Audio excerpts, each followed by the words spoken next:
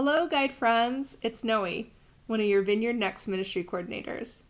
Just checking in to say hi and to thank you for continuing to reach out to your people during this season.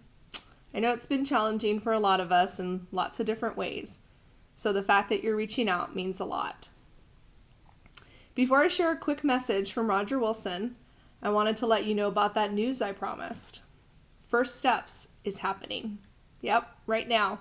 We have online First Steps. We've recreated it a bit so that people can still go through First Steps, even during this COVID season. They can still learn about our church. They can see why Jesus is such a big deal.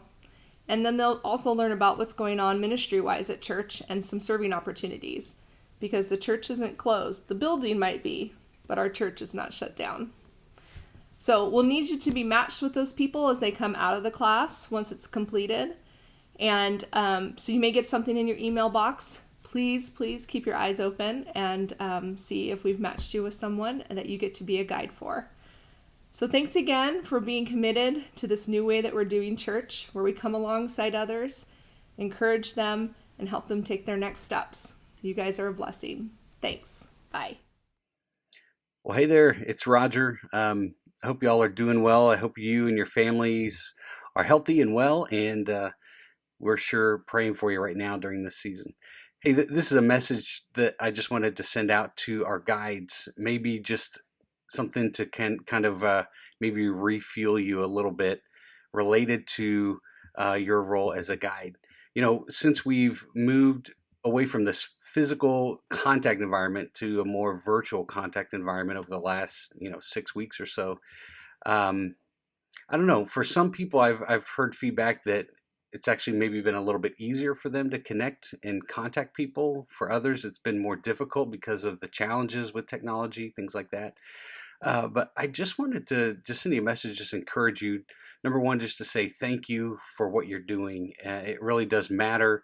It is so helpful to our folks who are trying to stay connected to other believers and stay kind of on track as far as taking next steps in their spiritual growth. So just wanted to say thank you for that, and just encourage you to really keep it up. Don't lose heart in contacting folks. As I was praying this morning, one thing I felt like the Lord just sort of dropped into my mind and my heart was this idea that what you've entered into with the people that you're guiding is a structured relationship. And here's what I mean by that. A structured relationship or formal relationship is very different from an informal one. And, typically when you form relationships in your life, you go and you cross paths with people, you connect with them, you share same interests, and friendship builds out of that connection and that contact organically. But in a structured relationship, it's a little bit different. You're introduced to somebody, you're kind of given this title as guide, and you start off with really a formal introduction, right? A structured introduction rather than something that's informal and organic. And so, but the principles of relationship are really the same, whether it's structured, formal, or informal, in that trust is really the foundation for good relationships. And so as I was kind of praying for you this morning, it just occurred to me to encourage you to continue to work with the people you're guiding with a first focus on trust. And there were a few things that I felt like the Lord sort of dropped in my heart for you that I just wanted to share with you today. So first of all, trust is built through honesty, transparency, and just this sense of we're not holding back from each other. And so, the power of your story, whether you think it's a powerful story or whether you think it's just a normal story, where as far as where God has brought you, has such an impact in other people's lives as they hear your story. They begin to see you as less of a formal figure in their life and more as a friend. When we know other people's stories, when we learn to talk and know people that we don't know, trust begins to bubble and form out of that. So I just wanted to encourage you that if you feel like some barriers to your relationship with the people that you're guiding, number one, lean into trust through your story, through being open, honest, transparent with them about what the Lord has done in your life and where you're at. Um, and, share your story. And then, secondly, I think trust is built through really listening well, with knowing other people, hearing their stories. And, you can't really fabricate that, can you? You can't really uh, make that stuff up. It just happens as we build a relationship with other people and we genuinely understand and know that they're interested in us. It allows us to open up. It sort of unlocks this trust in our hearts and our lives when we know that others are interested in us and want to hear us and hear our story. So I just also want to encourage you then to be just a great listener to people. There are powerful ways to unlock conversation with people through questions. I know some of you are also helping us make phone calls to people right now, and in that phone call training, I talk a little bit about this idea of open-ended questions that start with the word "what," like what's going on in your life right now. What do you think the Lord is saying to you? These types of questions that begin with what really stretch the conversation and create space for people to respond outside of just simple yes and no answers. So when you're making contact with the people that you're guiding, ask them these powerful what questions. And then don't be afraid just to wait and allow them to speak. Don't get nervous about the silence that sometimes gets created when we ask a question and we're waiting for an answer. Allow people time to think and to respond, and then reflect back to them what you're hearing. And it's in that active listening that trust gets built. So, being open and transparent and honest with people, learning to listen well by asking great questions that stretch conversation really builds trust.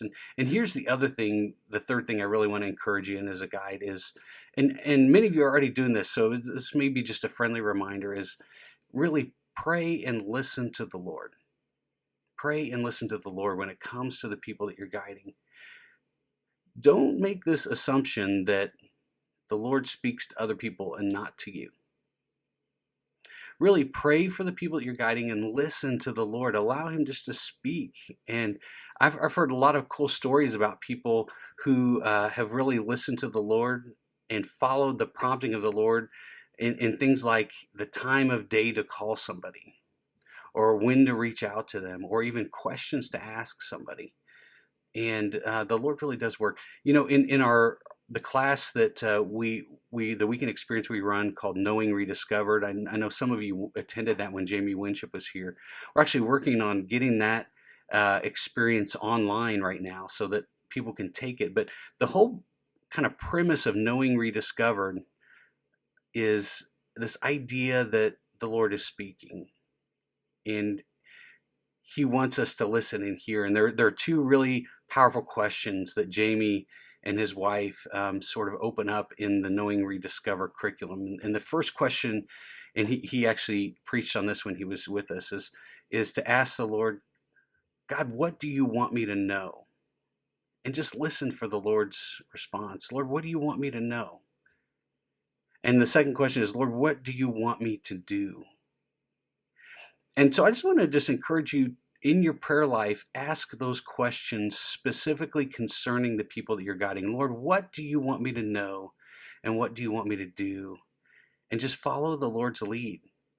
And I think you'll find that the Lord really orchestrates those right moments for you to intersect the people's lives that you're guiding and really help them along.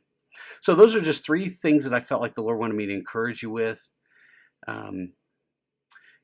This idea of leading with transparency first, and don't be afraid of your story or poo-poo or underestimate your story. Learn to ask questions and listen really well to people, and really cover the people that you're guiding in prayer, asking those questions. Lord, what do you want me to know, and what do you want me to do? So that's it. Again, thank you so much for being a guide. We are every week onboarding new guides, and it's really just our hope as we keep moving in this direction of taking next steps and our growing in our relationship with the Lord and growing in relationship with each other, that we have hundreds and hundreds of guides that come on board on this, and that nobody falls through the cracks. That's the heart behind this, is that everyone's got a next step, and we want to help them along. We don't want to leave it just a menu that people pick from, but we want to help people along on their journey. So thank you so much, guides. You're awesome. I hope you know that. You are really awesome, and we love you so much. If we can do anything to help you, feel free to reach out to Rachel Miller, myself, Roger Sodsod, Noe Cox, Corinne May, any of those folks. We would love to help you and support you as you do the Lord's work. So, hey, have a great week, and God bless you.